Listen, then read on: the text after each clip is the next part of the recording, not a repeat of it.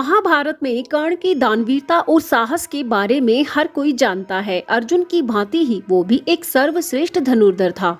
कौरवों की सेना में एकमात्र ऐसे योद्धा थे जिनकी तारीफ स्वयं भगवान श्री कृष्ण भी करते थे।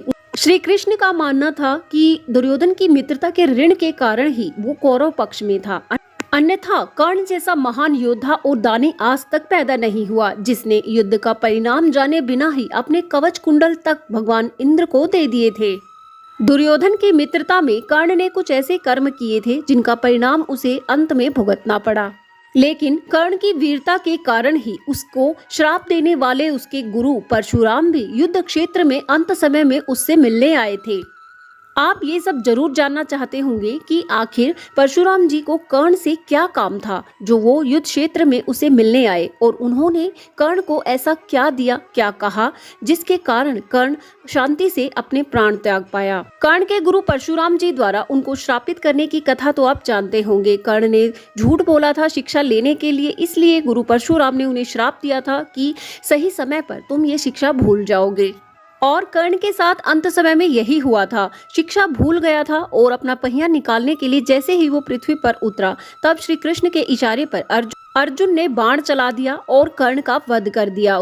और अंत में जब कर्ण अपनी अंतिम सांसें गिन रहे थे, तभी भगवान परशुराम आते हैं और उनसे कहते हैं कि हे पुत्र, मैंने इसी दिन के लिए तुम्हें ये श्राप दिया था। मुझे तो पहले से ही ज्ञात था कि इस युद्ध में अगर तुम विजय हो भी गए तो तुम्हें कुछ प्राप्त नहीं होने वाला है, और भगवान नारायण को हरा कर तो जीतने वाला भी हारे हुए के समान ही होता है। विजय पर तो केवल पांडवों का अधिकार ही था और हमेशा रहेगा। इसलिए हे कर्ण, भाग्य से समझौता करना सीखो। दुर्योधन के साथ अभिमन्यु वध में भाग लेकर तुम उसके मित्रता के ऋण से मुक्त हो चुके हो, इसलिए अपने मन को शांत करो।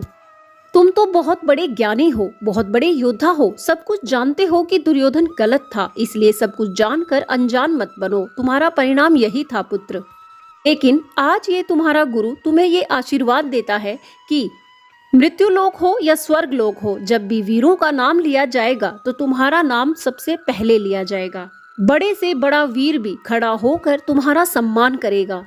से लेकर द्वापर युग तक तुम्हारी वीरता, तुम्हारी दान वीरता के विषय में बात होगी और उसका बखान चारों दिशाओं में होगा। तुम्हारी यश और तुम्हारी कीर्ति हर दिशा में फैलेगी। और इस प्रकार भगवान परशुराम का दिया गया श्राप कर्ण पर फलीभूत हुआ, और युद्ध मैदान में भगवान परशुराम ने कर्ण से यही कहा था कि तुम्हारी कीर्ति ऐसे ही बरकरार रहेगी, इसलिए अपने मन पर बोझ न रखो। पांडवों की जो विजय है उसे स्वीकार करो, तुम्हारा अंत यही होना था। यही वो कारण था कि भगवान परशुराम युद्ध मैदान में गए थे और कर्ण की आत्मा पर लगे बोझ को हटाया था।